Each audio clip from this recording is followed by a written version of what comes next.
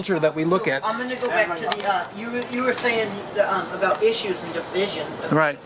I see a lot of the times when I go to like Denver and bigger cities, Yeah. even in my home city, Yeah. one thing I see that is a divide is you get the people of the LGBT community who sit there and like wear all the pride stuff all year round and wear it and then shove it down straight people's face, and then when somebody says something, like it's a division because you get... That's a thing too.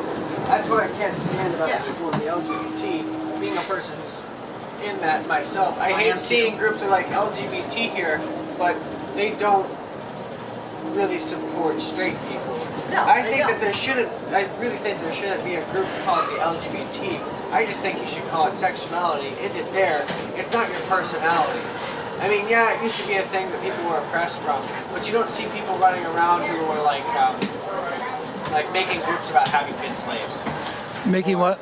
Making groups having had history with slavery, or making groups that are not about being able to vote. Because if you have all the rights that you need now, and while there are people who are going to shut it, there's always people who shut it. Women still deal with black, people of color still deal with black, all kinds of stuff. Everybody's always going to deal with black. And you don't need to make a group called lesbian, straight, gay, bi, trans, etc. and specifically leave out straight people. Well, yeah, because then you make them look like the bad guys. No, the thing is, what you're doing is you're leaving out the one people that you're trying to get to accept you. Yeah. Well, that I'm thinking exactly what you're. Right. Very fragile identities these days. I mean, everybody, especially as you hit the coast on that end. It's not even that end. Costa, you what? As you hit the coast of California. Well, see, but we were having that conversation the other day, weren't we? In Denver, especially. We say anything on our side of the state of Colorado. Yeah, they're fine. They're fine. They're just having their own fun, but like a lot of them just don't know who they are. You spent some time in San Francisco, nothing surprises you anymore. Oh yeah, like San Francisco. Yeah, San Francisco is like dubbed the gay capital, right? Yes, it is. I think so, or at least it's a big center of activism, and still is. No, it's not the center of But like the thing is that like the people who are generally part of it, a lot of the people who like I know, like when they're there, when they're part of the LGBT, somebody screams like, "Yeah, I'm gay. Guess what? I'm gay. I'm gay," and then they're just like, "Okay, good." It's like, you're gay. Like people who are gay Well, just when you're in don't a give big a enough supportive community, there's no need to say be something. defensive about it, right? Yeah, I think that's the thing, is that everybody's always on the defense about their sexuality because it's been such an issue with it. I think that this is going to quiet down in a while, and just be people as usual. Yeah. Then things will be better. You know, the thing is, though, I do think it's funny because I think that part of the problem that started this whole problem was the oppression of that. And I saw a woman. I was at Walmart the other day, and she was like, "Man, there's so many gay people popping up now. I wonder why there's so many." And in my head, I was like, "They've always been here. They've just been afraid." Well, the next you I don't know. Give back. Give back. And to not to be people that are defined by what makes us us, but just people that are defined by just being people. Like, not so much focusing on the fact of your own individuality. Don't focus on yourself so much. And focus more on everything else. I think that's probably one of the biggest issues that people have. I mean, self-image has caused so many problems over time. People's own sense of, do I look good, or Trying to be am I a good somebody. person for this, or should I be like this? Yeah. That really can ruin a person. Which I think that's been one of the biggest issues. It's like a lot of people who watch those online bloggers and stuff, they want to be like them. They want to do the things they do. You know, they could take that time that they spend wanting to do it and go do it. And I found that out harder than myself. I've been a very sheltered kid, I could say. This is my first time traveling alone on my own. And my mom even made me, I was surprised I was even able to have the ability for her not to even recognize for a little bit that I was going to go to Kentucky from Iowa without my phone having ever been activated before. And she made me activate it the night before. She got to a fight with me about it, which before it never would have happened. I would have activated it. I probably would have even gone.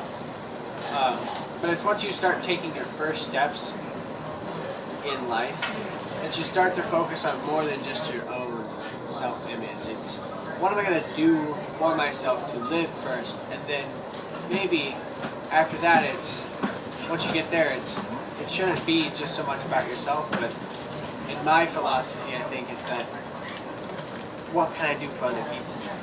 I started to take steps as an adult. Like when I first turned 19, which is a bad thing. I didn't even have my permit for driving yet. And in those times of me taking those steps, it changed me as a person. I was a lot less selfish. I wasn't an absolute brat anymore, and I really learned the value and concept of all the good things I've been given, because I've been a spoiled brat up until the day where I was like, I need a job because all I'm doing is sitting at home playing video games and being depressed with myself. And all I was doing was focusing on my own self-image, and I had a very big pride complex. Well, tell me about this sense of figuring out what yourself really is, let's say, because partly maybe what you're talking about is sort of like this insecure element of trying to prop up this self that you might think you want to be, as opposed to, right? Is that what you're getting down to it? Yeah. I eventually realized that through all the stuff that I was doing, and after getting a job, I realized that what makes one themselves is their own actions. There can never, like, this is what my ultimate revelation was. There can never be another person like you, because you are the only person who is ever going to be you like you could be. So, I think the only reason why people like certain people is because those people were cool at being them, which is why they get so famous. And then, when it comes to actors, it's people that are cool at being themselves and other people. They're so good at being themselves. People who are very good at appearing to be cool. People who are very good at appearing to be other. Well, maybe everybody has this power. It's not like some kind of something that we're all locked away from, to have this power to be ourselves. As a matter of fact, maybe isn't it just the reality is that we really all are ourselves, really, and that's really fairly effortless if we just sit back and go, well, yeah, I mean, it is. That's actually... It's not so much to be who you want. Yeah. It's more to actually be who you are. Not just be who you are, but be who you are. As in, the small things you do, go with it. Because that's just how you do what you do. Don't change yourself. Never change yourself. That's the worst thing you can do. Well, If you have to change yourself, only change yourself for the better. Let's say you're doing something that's absolutely gross and disgusting, like burping in front of your mom's face. Change yourself. Like, come on, that's not nice. I mean, if you're happy and content living with that, then you must be a pretty mean person. Yeah. Just to have to burp in your mom's face or something. But Austin, you want to take this any further? What do you got to say about the subject? What was the subject? We're just talking about the yourself and like what really makes one themselves, and it's like, in my opinion, it's like the people should just focus on being who they be naturally, as opposed to. See, I think making somebody themselves would have to be becoming selfless, because to make yourself, you have to be selfless and give things up to really see who you are. I mean, you have to really step back and evaluate and say, you know, is my life making a difference to somebody else's? Because if it is, then guess what? You've made yourself. I mean, making yourself is sacrificing something for other people, you know.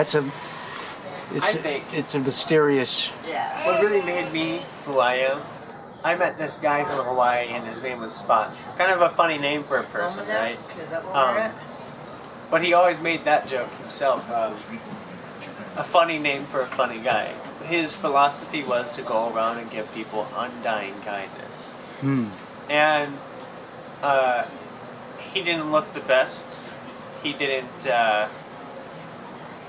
have like he lived in a place of all white people, and he looked like kind of like he rolled around in the dumpster a bit. And he was a minority, and he would go around and people would hate him. People, there are people that would not serve him as they would serve another customer, maybe because he looks like he might smell or might be a homeless guy.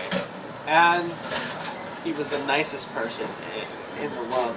Instead of being mean for how he looked, he said, the best thing I can do is genuinely wish someone to have a nice day. And that persuaded me to put myself into the position of someone who is generally hated upon and try to experience firsthand what it's like to be discriminated against, and just tell people, love yourself and have a good day and genuinely mean it. That's why every time I've said have a good day to someone on this trip that I've been taking, it just makes me feel even better because it reminds me of the time where I took spots as a mentor. And Alright, road stopped here, waiting for a westbound Amtrak train. That's the number 5 California Zephyr westbound. Once they clear up, we'll be able to move on here. Bottom line is just being kind for no reason other than the sake of being kind. That really changes the person. And I think that's one of the most important things that can build a person into being a really good person. It changed my life, I know that.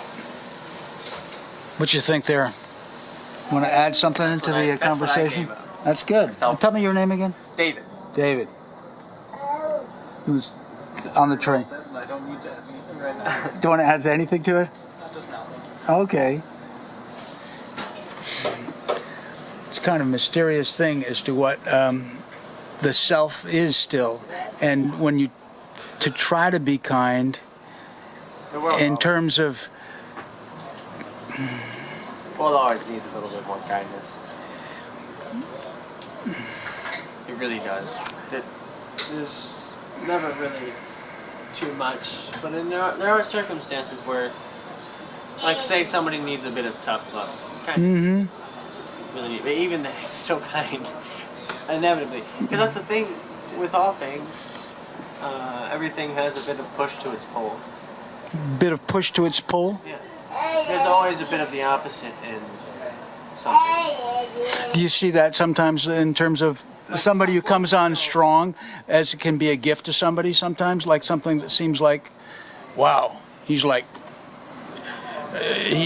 he's giving me a, why am I getting this hard time from this person? Is there any? But that's because they care. Yeah, could be. And when somebody's having a hard time, they're coming to you, talking to you about it, because they care. But that's because they're having a hard time, not just because they care sometimes. Like, I said that wrong.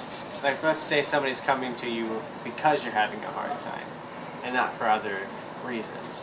That can leave you open to, they're just here to comfort me for the hard time, and not here for much beyond that. But that's still caring.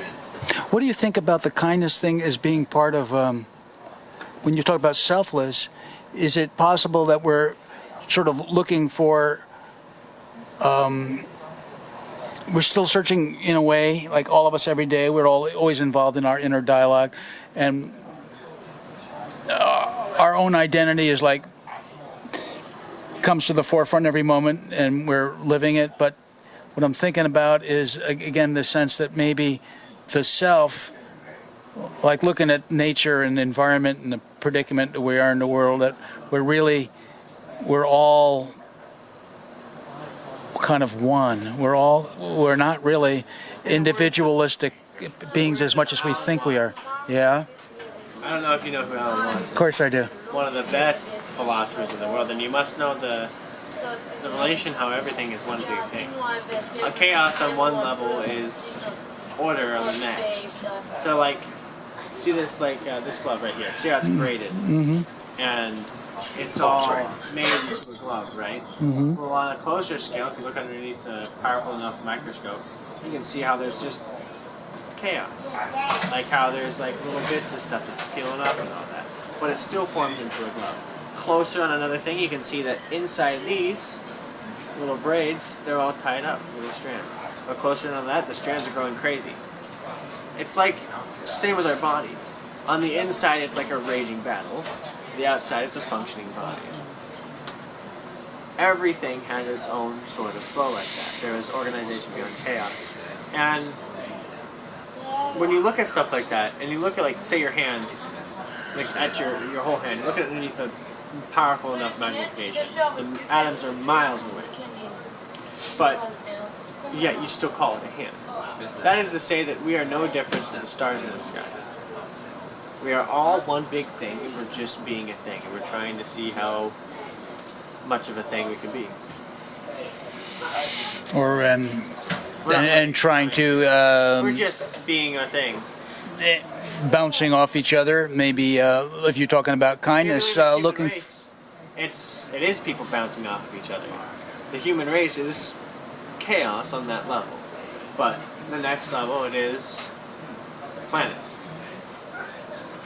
And at a certain level, I mean, I'm looking around on the train and seeing all the interactions of human beings and families and et cetera, and you know what? There's a lot of, you talk about kindness. I mean, there's a lot of heart. There's nothing. But when you look really at the human culture, all the cars and the chaos and et cetera, we might get blinded to the fact that there is like it's just a world of love, really, in many ways. If And people say, That's awesome. all right, I got to wrap this up.